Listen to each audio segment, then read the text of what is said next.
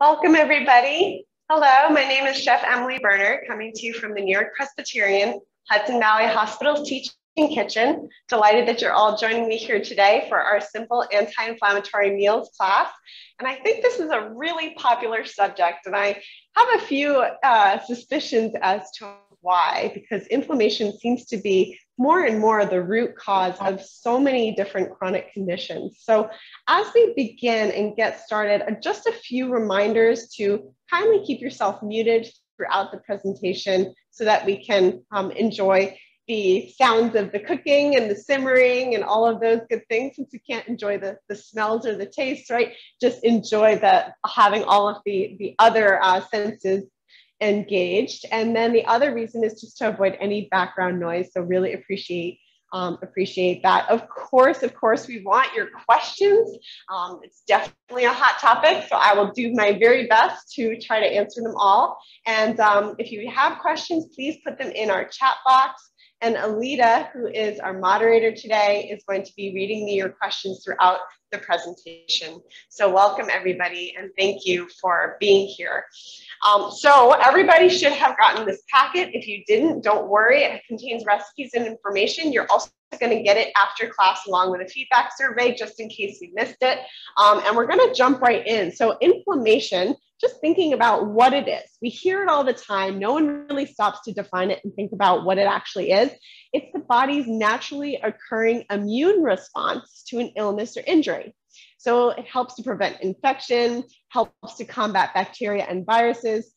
So we need a certain level of inflammation to help us thrive and survive. But there's different kinds of inflammation, and this is where it gets a little bit tricky. There's the acute inflammation, which is that normal process that protects and heals the body following a physical injury or an infection, for example. So, you accidentally cut yourself and hurt, you'll see there's redness around it, and all of that is part of the body's natural healing process. So that's an example of an acute inflammatory process. And then what we're here to talk about today is chronic inflammation. So that's when there's inflammation that's continuously activated. No one necessarily knows why. And people can become more susceptible to chronic disease and illness because of this continuous inflammation that's been activated. Sometimes it's a result of a viral or microbial infection, and there's that chronic inflammation trying to heal that. Sometimes there's an environmental antigen, something in the environment that's triggering an inflammatory response in your body. Perhaps it's an autoimmune reaction. It could be any kind of, persistent activation of inflammatory molecules is this chronic inflammation. And why does this become problematic? Because it disrupts the normal functioning of cells, and it's usually silent, it's usually invisible, and it's usually persistent. So this is, never fear, there are tools to heal here, and we will talk about some of them today. So many diseases are associated with some kind of chronic low-grade inflammation that's triggered and sustained by different things like stress or whatever else, which is inflammatory, in fact. So one of the most powerful anti-inflammatory agents are the antioxidants that we find in our food. So I'm going to talk a little bit about that. I'm going to talk to you a little bit about some solutions. So diet, what we eat, what we enjoy in our meals, our day-to-day intake.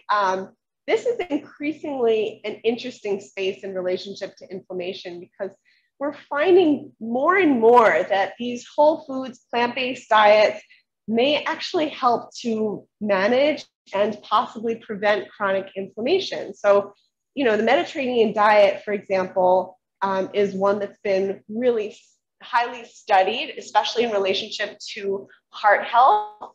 But we're finding more and more that this style of eating is actually anti-inflammatory as a whole, and it has repercussions to other areas of our health and well-being as well. So the Mediterranean dietary pattern, many of you may be familiar with it from my classes. It's one of my favorite styles of eating and enjoying food in the world. It typically includes a very high ratio of what are called the monounsaturated fats, and contains low amounts of saturated fats. particularly of the monounsaturated and polyunsaturated. Both of those are really good ones, fats. The omega-3 and the omega-6s are particularly anti-inflammatory. So those are, where do you find all of those good fats, right? We often, now omega-3s are everywhere. You buy a box of eggs and it says contains omega-3s because they're feeding their chickens omega-3 supplements. So like, what really are the best sources of omega-3 fatty acids and how do they work in the body to combat inflammation? So we're going to discuss that. Particularly, one of the things that I found was very interesting in researching for this class was specifically these omega-3 fatty acids found in wild type seafoods.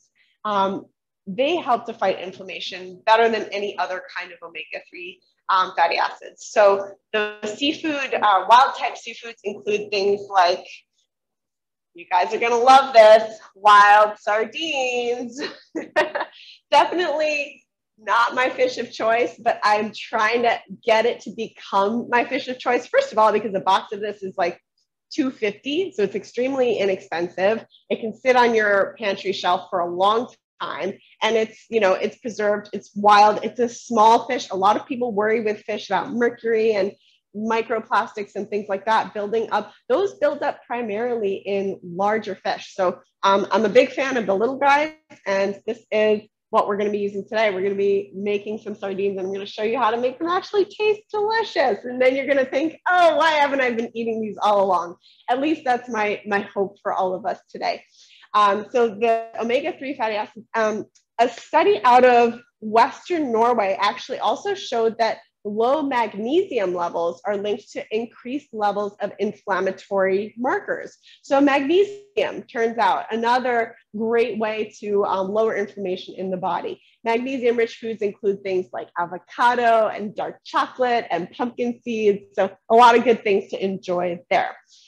So with our recipes today, I did sort of a general, looking at all of the foods that are anti-inflammatory, and I created a list of 13 anti-inflammatory foods. They're all listed here. So we've got berries, we've got fatty fish, broccoli, avocados, green tea, peppers, mushrooms, grapes, turmeric, extra virgin olive oil, dark chocolate, tomatoes, and tart cherries.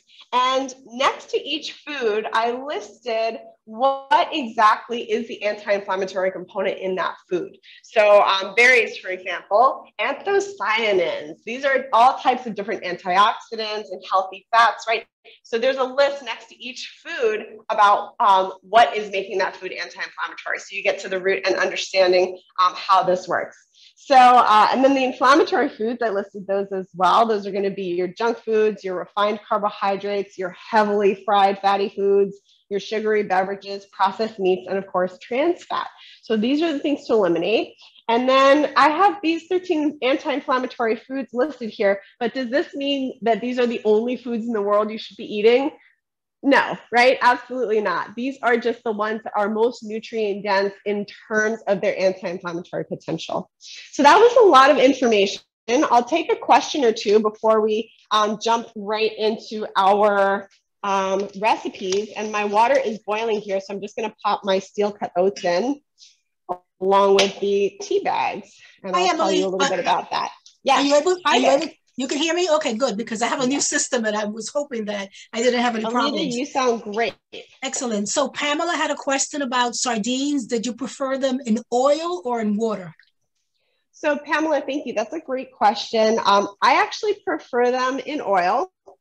You can buy them either way, but if you are going to buy your sardines packed in oil, make sure it's a good quality oil, right? You don't want it packed in soy or corn oil, something that's a little bit junky when it comes to oils, right? So packed in a nice olive oil, and this one in fact this is Wild Planet, packed in extra virgin olive oil. So yeah, that's my preference. Certainly if you prefer it packed in water, go ahead. But I find that the flavors are better, especially with tuna and sardines, if things are packed in oil. It's more of a flavor question for me. Any other questions, Alita? No, that's the only question. I had put in a comment just reminding folks to, mute their phones. Yes, thank you, Alita, for that reminder. And yes, of course, it's always a very helpful reminder to everyone to keep yourselves muted throughout the presentation. And that way we can all, hear all the good stuff happening up here in the kitchen. So I'm just picking some mint. And I broke these recipes up today. We're making 2 recipes. The first one I just titled Almost All of It because I took that list, that anti-inflammatory list of 13 foods, and I thought, how can I combine these 13 foods into one dish?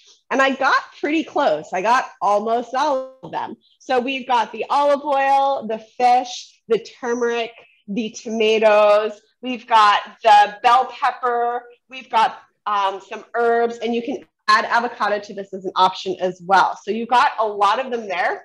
And then my second recipe is titled The Rest of It. So I had a lot of fun making this for you all. So the rest of it is all of the other things that I didn't fit into the first one. So I kind of broke them up into 2 recipes.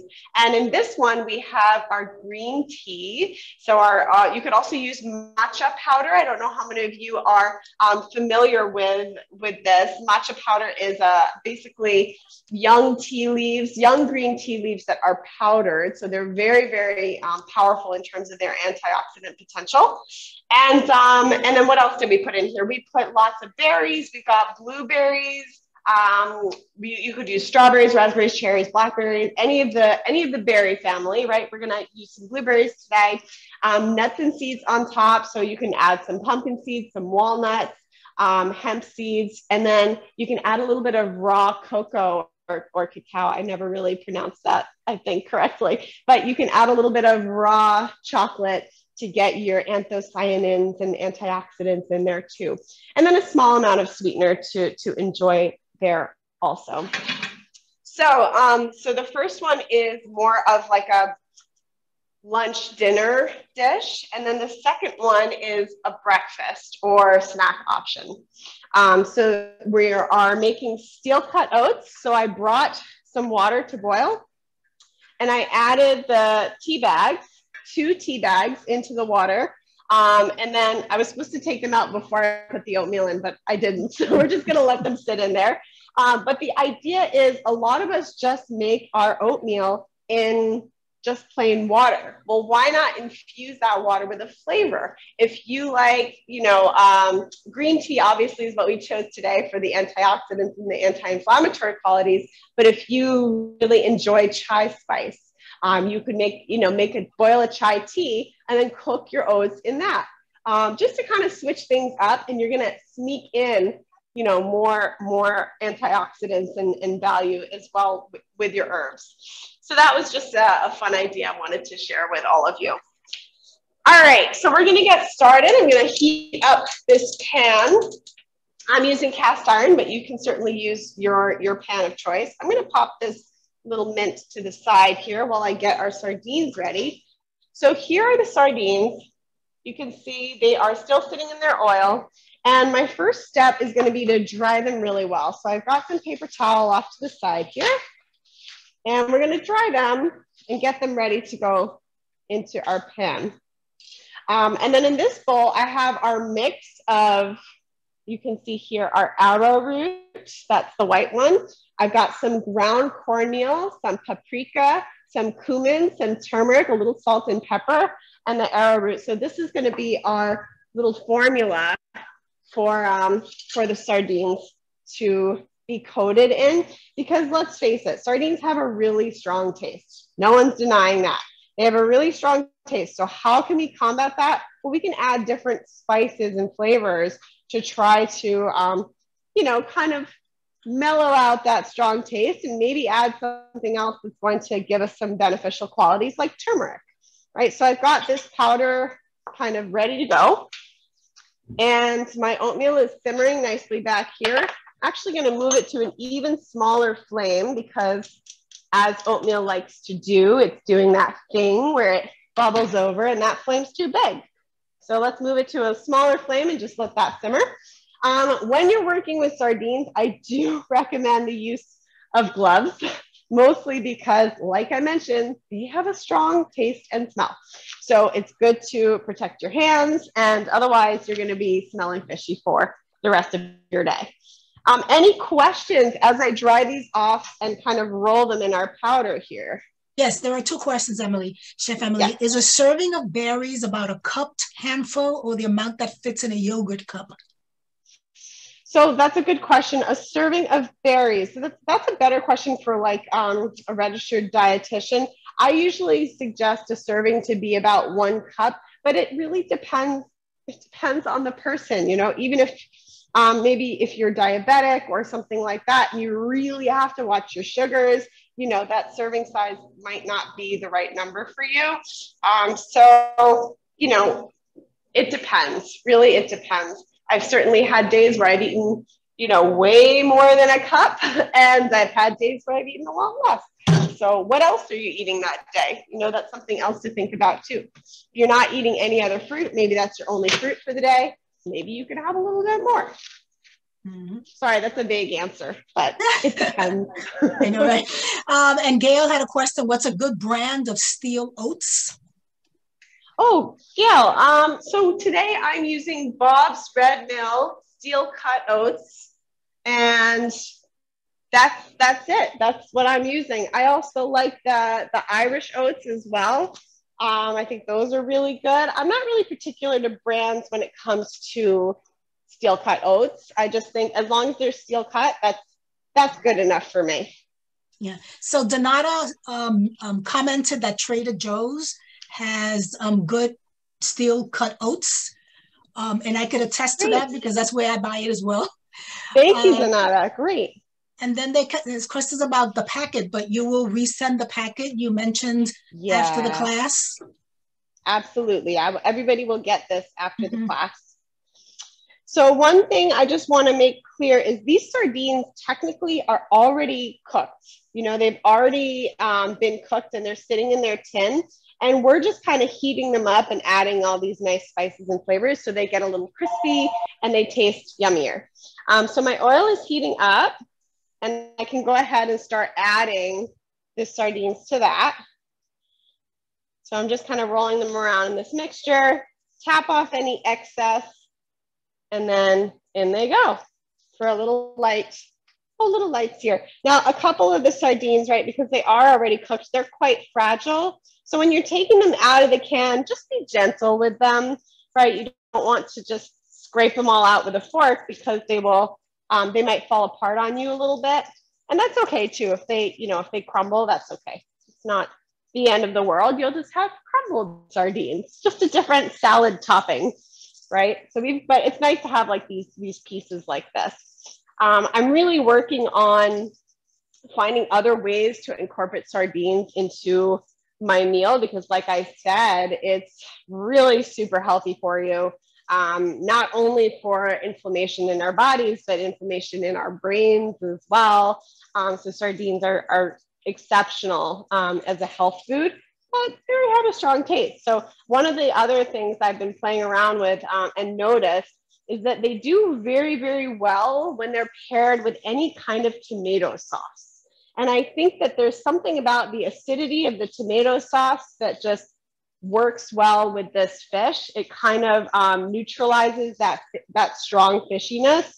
So that's just another suggestion as well. Maybe if you've got a pasta sauce that you love, heat up that pasta sauce, take that can of sardines, pop it into your pasta sauce, and just keep kind of breaking it up and whisking it until all the fish disintegrates into the sauce. Then you might find that that's sort of like the baby step, I think, for sardines. That's the one that has worked so far in my family to really enjoy sardines and not just like, you know, force yourself to eat them because they're good for you. Any other questions, Alita? So there's a comment from George, just in case you don't know, that Trader Joe's is coming to Route 202 in Yorktown, next to the Lowe's. So that's encouraging for those Trader Joe's folks. Yep. Yeah. And then he had a question about the spices seem to be components of a curry. So she wants to know if that's so. Yeah, so you're right. There's very similar, there are some similar spices to curry. The cumin is very typical in curries, as is the turmeric, of course, that we're using. So there are some components, but it's a little bit different because we've got that paprika in there. And you're not usually going to find a paprika in a traditional curry recipe. But yeah, you're right. There are some similarities. And if you wanted to use a curry powder because that makes your life easier, certainly go ahead and do that. But it'll be slightly different. E had a question about 8 ounces. Would that be a cup? Yes, you are correct. 8 ounces is a cup. And Christine wants to know, could you use salmon instead of the sardines, I guess? Yeah, absolutely. So Christine, you could definitely take your salmon and cut it up into smaller pieces if you wanted to kind of keep the same aesthetic as we're doing here today. Roll it in that spice mixture and cook it. It's going to cook, it's going to be a little bit different, right? Because the salmon you're cooking presumably is raw. So you really have to pay more attention to that. And these are already cooked. We're just kind of tossing them in some spices and giving them a little heat so they get crispy and flavored. But yeah, you could play around with different fish. Why not? Mackerel, salmon, these are also good sources of omega-3s as well. So E had a question about, what do you do with the oil that the sardines were in? Are you adding it to the recipe? No, so that's really, really strong taste. So I like it that it's packed in extra virgin olive oil, but I just discard it. I usually, put it into a used plastic bag or use like a used Ziploc, anything like that. And I zip it up and I put it into the trash. So the follow-up question to that from Barbara is, so what type of oil do you have in the pan? So Barbara, the oil that I'm sauteing with today, this is an extra virgin olive oil. We're not getting too hot, so I'm not too worried. You can use regular olive oil if you prefer to cook at a higher temperature. But for this one, we're not really going that hot. So you don't have to, you can use extra virgin. Okay. And Barbara also commented that years ago, she was introduced to a sardine pate that had tomato sauce in it. While she was vacationing in Portugal. It was actually very tasty on bread, she comments. Fantastic. Yeah, I think there's something magical about that sardine tomato, connection. I'm not too sure what it is, but there's something going on there. I plan to explore it further. Go to Portugal. So E commented, does lemon or slash zest do the same thing as tomato? So the lemon zest and juice that's going into this salad is intentional. It's also going to help kind of balance out the flavor because lemon's a really strong taste. So we want to create counterpoints for the sardines instead of the sardines just being the overwhelming flavor. So that's why we're adding olives, which are nice and salty. We're adding the lemon juice. We're adding the paprika and the cumin, right? So all of these sort of act as, and all the herbs we're going to add as well, act as counterpoints to kind of play together with the sardines. Great questions, everybody. Really, really, really interesting. All right, we're gonna start. So I just, as you saw, I had my tongs and I just flipped them over so that they're cooking a little bit on both sides. And then we will take them off and put them on a plate once they've browned a little bit and absorb some of the nice flavor in this pan. I also really like the addition of cornmeal in this recipe because it adds just a little bit of texture and crunch to this, where otherwise there wouldn't be any. So, please do use the cornmeal. It's a good suggestion. It's there for a reason, even though it's only a tablespoon or so. And then in storing your cornmeal or your polenta, keep it in the refrigerator or freezer because this is ground corn. And as a result, it has oils in it, which are, slightly volatile. So we want to keep it in the refrigerator or freezer to extend the shelf life. Another question came up, and then I'm going to start some dicing. Yes, George asked the question, can turmeric be toxic? Are there safe levels to ingest? Oh my gosh, George, I'm really glad that you asked that question. I'm going to fish out these tea bags just to make sure that they don't explode. And then I'm going to let this continue to cook. So, George, I'm So glad you asked. I have a whole list here about effective doses of turmeric. So there's no official consensus yet on the official dose of turmeric or curcumin, which is that active ingredient. Studies that are out there and tell us that turmeric is anti-inflammatory, they typically use doses of 500 to 2,000 milligrams of curcumin, and often that's in some form of an extract, with a concentration that's very, very high, higher than is normally occurring in food. And then the other thing that this says in here is that the common rule of thumb is that there are 200 milligrams of curcumin in 1 teaspoon of fresh or ground turmeric. I'm just going to turn this off so it doesn't burn our spices. So 200 milligrams in 1 teaspoon of fresh or ground turmeric. 500 milligrams a day is a good general dose, but speak with your doctor. You probably knew that I was going to say that, right? Because high doses of turmeric and curcumin are not recommended long-term, since research confirming their safety is lacking at this point. So the World Health Organization determined that 1.4 milligrams per pound of body weight is an acceptable daily intake. So 1.4 milligrams per pound is an acceptable daily intake. That's coming from the World Health Organization. But keep in mind, of course, all herbal supplements should be used with caution. Always, always check with your healthcare provider, because there can be too much of a good thing.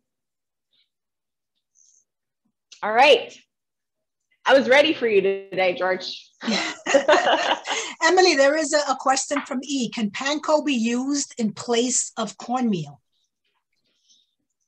I suppose you would get a nice crispy effect from the Panko as well. I think that would work. The thing about Panko for this recipe is that I find that it didn't adhere as well to the sardines when I played around with this recipe as the cornmeal did. So that was sort of why I chose the cornmeal. It just adhered better to the fish. But you could certainly make that substitution if you don't want to go out and buy cornmeal and play around with it yourself. So here they are. Look at those beautiful, crispy little delicacies. And you can hit them with a little sprinkle of salt when they come out fresh like that. We're going to slide this over and we're going to get started with the rest of the ingredients for this salad. Now, if you don't want to do the whole sardine step, you can skip it, give it a try. If you've never cooked with sardines before, play around with them. They're very inexpensive, you know, $2.50 for a box. So you can get good quality fish that's shelf stable, inexpensive, and be, you know, ambitious in your kitchen with them, because they are really good for us. So let's make the rest of the salad components. If you don't want to play around with sardines, you've still got other things to eat. So we're going to dice up our bell pepper. I'm just going to take the seeds out. You can see I'm using the top third of the knife to separate the seeds from the outer layer. And I go in and I twist and I pull and my seeds are out and it's beautiful. Of course, it works like that for everybody at home, right? No, it just takes practice. Just takes practice. So then you can cut it in half. This is also an easier pepper. Sometimes you get peppers that are, you know, a little bit misshapen and whatnot. So this was an easy one. And then we're just going to roll right through this pepper, slicing it into thin slices, and we'll cut it even smaller. So we're going to do a nice dice here. Everything else in this salad is pretty straightforward. You're just trying to include, you know, lots of veggies. We have some chickpeas that we're going to be using today. And we're going to dress it with a very, very simple lemon zest and lemon juice dressing, a little olive oil, keeping it very simple and healthy and light for summer, because these days are getting warm. Any other questions, Alita? Not at this moment, Chef Emily. Okay, very good. So, I'm sorry, a question just came up. No, it's all right, perfect. Since bell peppers are part of nightshade family, great question. Those were inflammatory, even though red bell peppers are anti-inflammatory. Okay, so fantastic question. One of the things that makes peppers anti-inflammatory foods are one of the things is called quercetin. And the other thing in your bell pepper that's giving you anti-inflammatory effects is the vitamin C. Bell peppers are one of the highest sources of vitamin C, and especially when they're eaten like this, raw, that vitamin C is really available to us. So that's why we're using bell peppers. But if you find that bell peppers are inflammatory for you, because everybody has a different composition, and you may have a composition in which nightshades are triggering and they trigger inflammation for you. Bell peppers are in that nightshade family. So if you are one of those folks and bell peppers just don't quite do it for you, use something else that contains vitamin C instead. You could chop up some strawberries and throw them in, use something else. You don't have to use the peppers. Certainly just try to include a version of vitamin C. That's the goal. All right, we've got some tomatoes in here too, another nightshade if you ask our friend out there. So I'm just gonna slice these in half.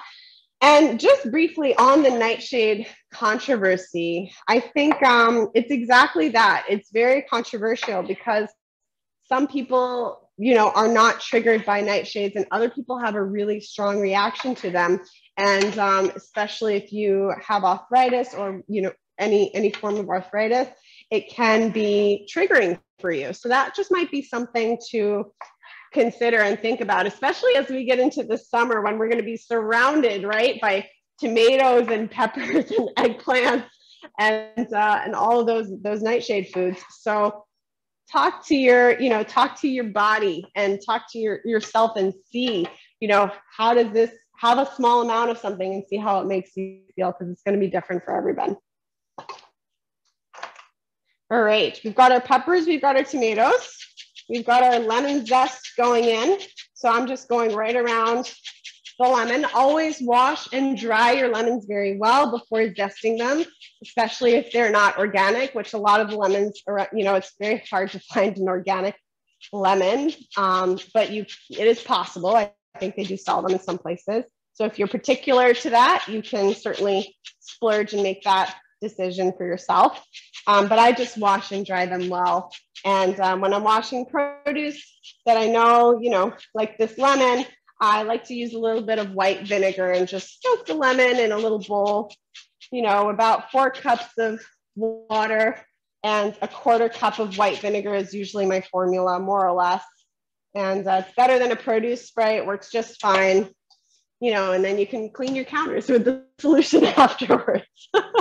I was just kidding about that next part, but a lot of people do clean their counters with that. So in goes the juice. So we got the zest, we've got the juice. We're gonna add canned chickpeas. So again, like a lot of these things you can just keep shelf stable in your pantry with those chickpeas and the sardines, easy to keep around. Whenever I'm working with lemons, I try to get them to room temperature first. It's hard to squeeze a lemon right out of the refrigerator. It's going to give you a very good workout. Let's put it that way. So if you want to really get the most juice out of your lemons, you can see I'm just kind of holding my hand and letting the juice drip through my fingers, nice and easy.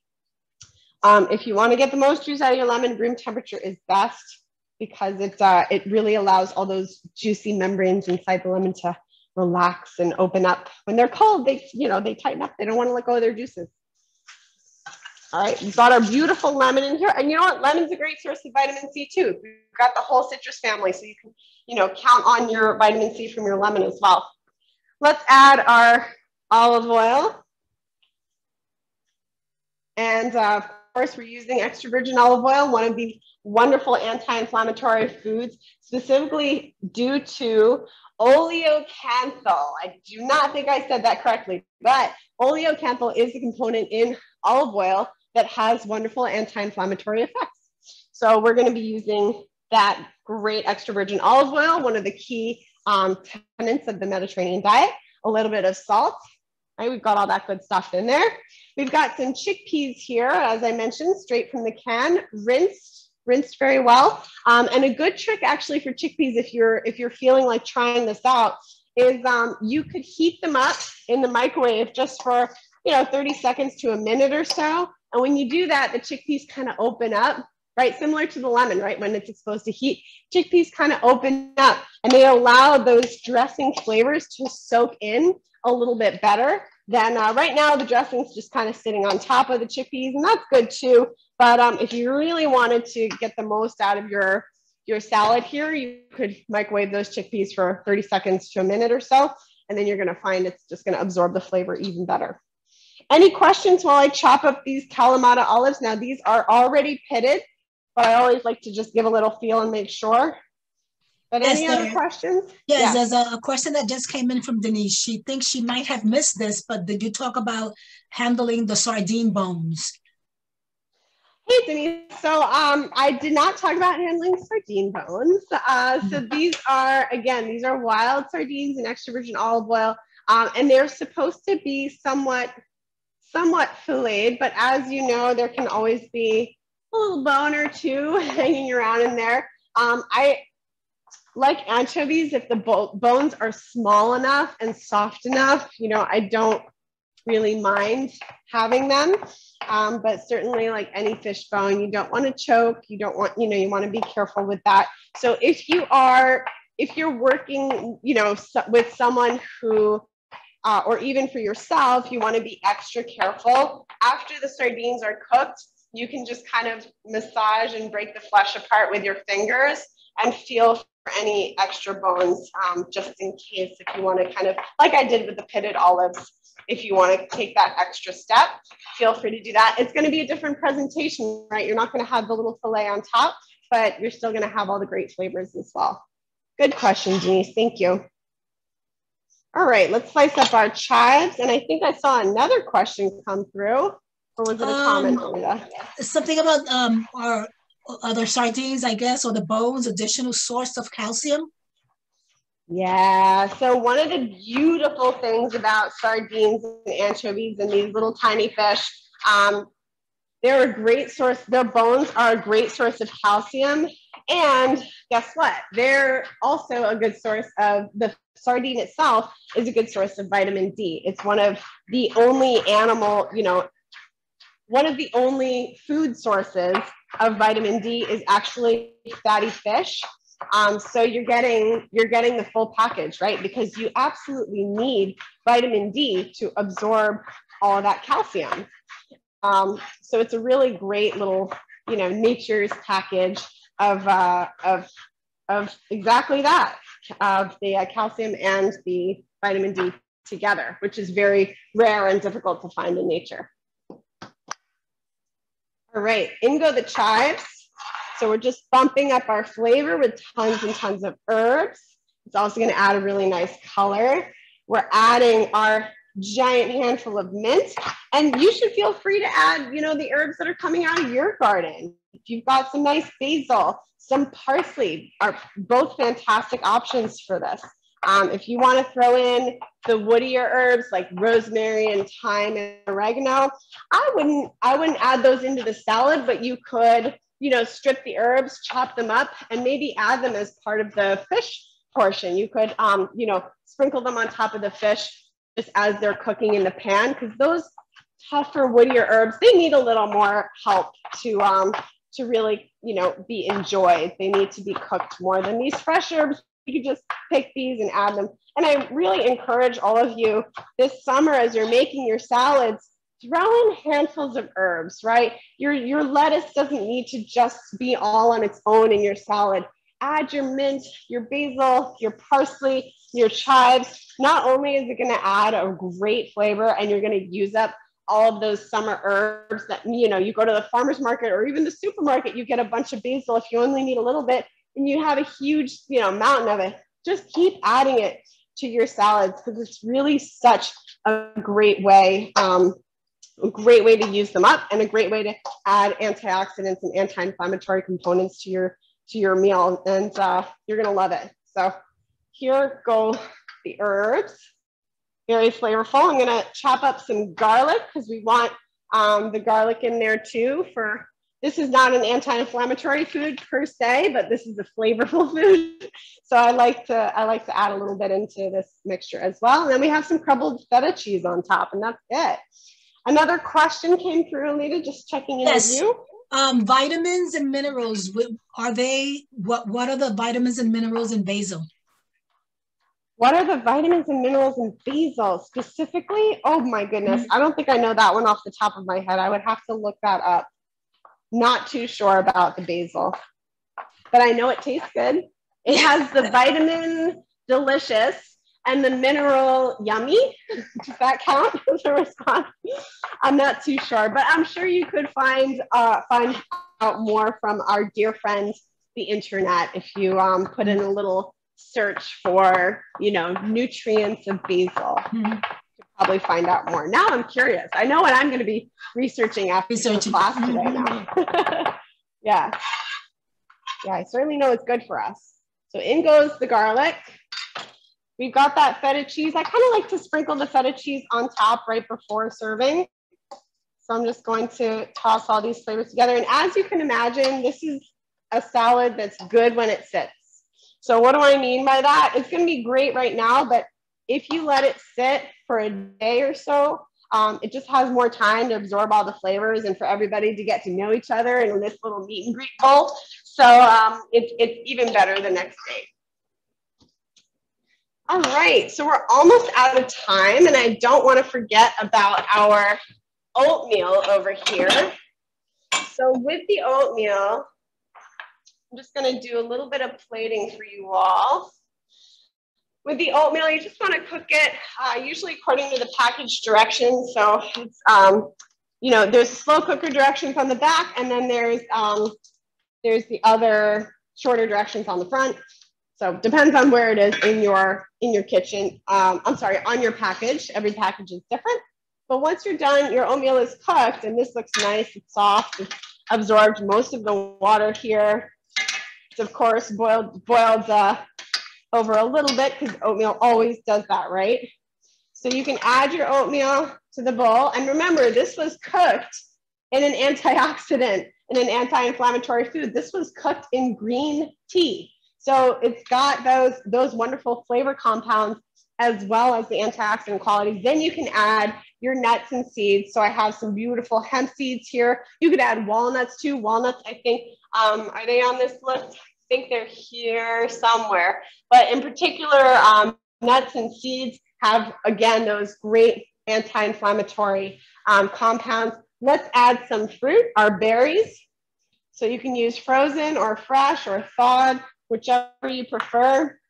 And then finally, you can add some, this is my favorite anti-inflammatory food is the raw chocolate.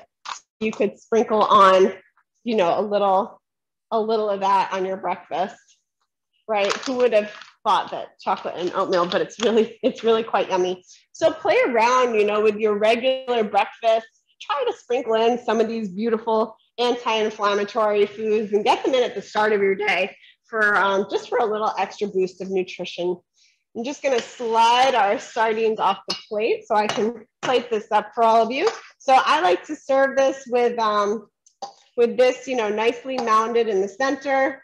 And then I take the sardines, which are nice and crispy, and kind of do a few of those off to the side, you know, and then you can take your feta. Have fun with your plating. Remember, right, we always eat with our eyes first. So it's nice to make things look very appealing because it'll get those, it'll get the saliva flowing and it'll get all of that good digestive health going. You know, it starts with your eyes first. So here's our wonderful anti-inflammatory plate. All right. Any final questions before we wrap up? So there's a comment from Karina, who's an RD, who did a little Google search on basil, and she said it has vitamin K, manganese, iron, vitamins A and C, calcium, magnesium, and omega-3 fatty acids. How amazing is that? And thank you for searching for that, Karina. So that's incredible, right? Just in that little tiny leaf. It's a great reminder to all of us that these herbs and spices are powerhouses. They really, really are. So try to include them as often as possible for the wonderful anti-inflammatory effects that they offer. But thank you, everybody, for your time. Really appreciate your questions and engagement as always, and for showing up to this class on this beautiful day. And another thing I want to mention is stress is inflammatory. It actually incites an inflammatory response in the body. So we talked a lot about food today, but stress management, sleep, both really, really important as well. Clean environment, clean water, all of those things are essential, maintaining a healthy body weight. But the stress is one that I really want to emphasize because there's always going to be stress in our lives. So find a way to bring that, calm that stress down and bring that inflammation down. And it can be simple as taking a deep breath, right? Simple as that. Thanks, everybody. Have a great afternoon. Enjoy. And thank you, Alita, for moderating for us today. Really appreciate your time. Okay, bye. You're welcome. Bye-bye, everybody.